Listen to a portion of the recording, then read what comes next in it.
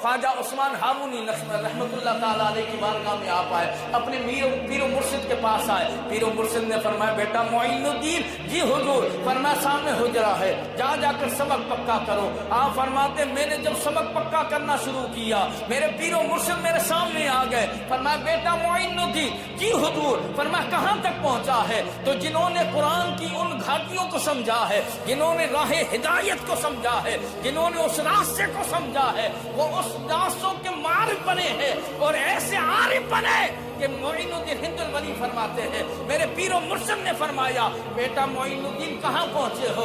अर्ज़ की हुजूर बेटा मैं हुजरे में हूँ, तहत सरा से लेकर सातों जमीन के नीचे से लेकर अर्श औला तक जो भी खुदा की खुदाई में है बेहिजाब मोइनुद्दीन देख रहा है। कुछ देर के बाद मेरे पीर मुर्शिद मेरे सामने आ, फरमाया बेटा मोइनुद्दीन, जी हुजूर। फरमाया तुझे क्या नजर आ रहा है?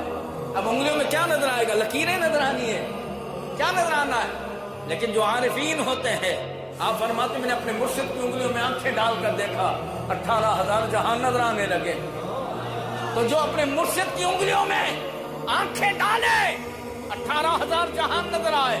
कहा तो सही मोइनुद्दीन हिंदुस्तान से बैठे हुए क्या कुछ नहीं देख रहा होगा? आप फरमाते मेरे पीर मुर्शिद ले गए मक्कातुल मुकर्रमा, अल्लाह के घर काबे के सामने, उसी शहर मक्का जिसकी अल्लाह ने कसम खाई, मुझे वह ले गए। अल्लाह की बारगाह में अर्ज़ की मेरे मौला मेरे इस मुरीद को कबूल फरमा। गैब से आवाज आई ये तो मेरा बरगुज़ीदा बंदा है।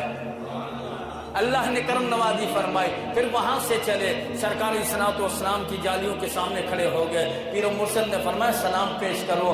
सलाम पेश किया तो रोज़े रसूल से जवाब आया। जिसको रोज़े रसूल से जवाब आया उसको मोइनुद्दीन कहते हैं।